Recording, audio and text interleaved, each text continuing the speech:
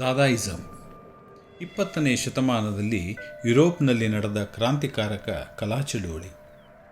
ಯುದ್ಧದ ಪರಿಣಾಮದಿಂದ ಕೈಗಾರೀಕರಣದ ವೈಜ್ಞಾನಿಕ ಅನ್ವೇಷಣೆಗಳ ಹಿನ್ನೆಲೆಯಲ್ಲಿ ಹುಟ್ಟಿಕೊಂಡ ಕಲಾ ಚಳುವಳಿ ದಾದಾಯಿಸಂ. ಆಧುನಿಕ ಶ್ರೀಮಂತ ವರ್ಗದವರ ಬೂಟಾಟಿಕೆತನವನ್ನು ಬಯಲುಗೊಳಿಸಿದ ಪಂಥ ದಾದಾಯಿಸಂ.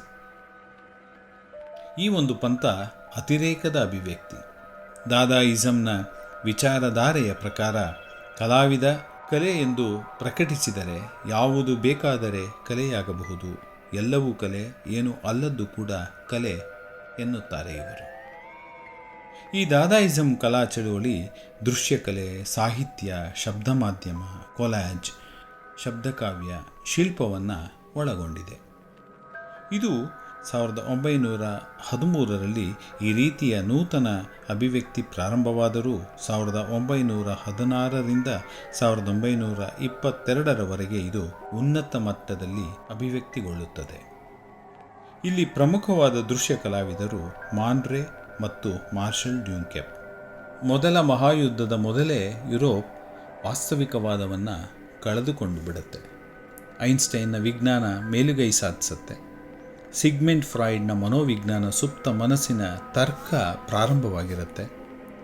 ಪಿಕಾಸೋವಿನ ಕ್ಯೂಬಿಸಂ ಮಾನವನ ಅಂಗಾಂಗಗಳ ರಚನೆಯನ್ನು ಮುರಿಯಲ್ಪಟ್ಟಿರುತ್ತೆ.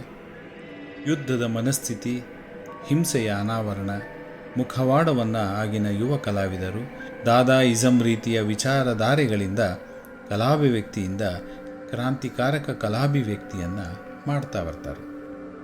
ಶೌಚಾಲಯದ ಗೋಡೆಯ ಮೇಲೆ ಅರ್ಥವಿಲ್ಲದ ವಾಕ್ಯಗಳನ್ನು ರಚಿಸಿ ಇದು ಶ್ರೇಷ್ಠವಾದ ಪದ್ಯ ಎನ್ನುತ್ತಾರೆ. ರಸ್ತೆಯ ಮಧ್ಯದಲ್ಲಿ ಜನರನ್ನು ಸೇರಿಸಿ ಅವರ ನಂಬಿಕೆಗಳನ್ನು ಹೀಗೆಳೆಯುತ್ತಾ ವ್ಯಂಗ್ಯ ಮಾಡ್ತಾರೆ. ತಮ್ಮ ಕಲಾಪಂಥಕ್ಕೆ ಹೆಸರಿಡುವಾಗ ಒಂದು ಡಿಕ್ಷನರಿಯ ಪುಸ್ತಕವನ್ನು ತೆರೆದು ಕಣ್ಣು ಮುಚ್ಚಿಕೊಂಡು ಸೂಜಿಯ ತುದಿಯಿಂದ ದಾದಾ ಎಂಬ ಪದಕ್ಕೆ ಸೂಜಿಯ ಮೊನೆ ಚುಚ್ಚಿದಾಗ ದಾದಾ ಎಂದು ಹೆಸರಿಡುತ್ತಾರೆ. ನಂತರ ಅದು ದಾದಾಯಿಸಂ ಎಂದು ಹೆಸರಾಗತ್ತೆ. ಇವರದು ಅತಿರೇಕದ ಅಭಿವ್ಯಕ್ತಿ, ಹುಚ್ಚುತನದ ಪರಮಾವಧಿ ಎನಿಸಿದರೂ ಇದರ ಹಿಂದಿನ ಉದ್ದೇಶ ಜನರನ್ನು ಕಲಾಘಾತ ಅಂದರೆ ವಿಷುವಲ್ ಶಾಕ್ನ ಮೂಲಕ, ವ್ಯಂಗ್ಯೋಕ್ತಿಯ ಮೂಲಕ, ಆಕ್ರೋಶದ ಮೂಲಕ ಜನರಿಗೆ ಸಮಾಜದ ನಾಯಕರ ಮುಖವಾಡಗಳನ್ನು, ಸತ್ಯದ ಅರಿವನ್ನು ಮೂಡಿಸುವುದು ಇವರ ಉದ್ದೇಶವಾಗಿರುತ್ತೆ.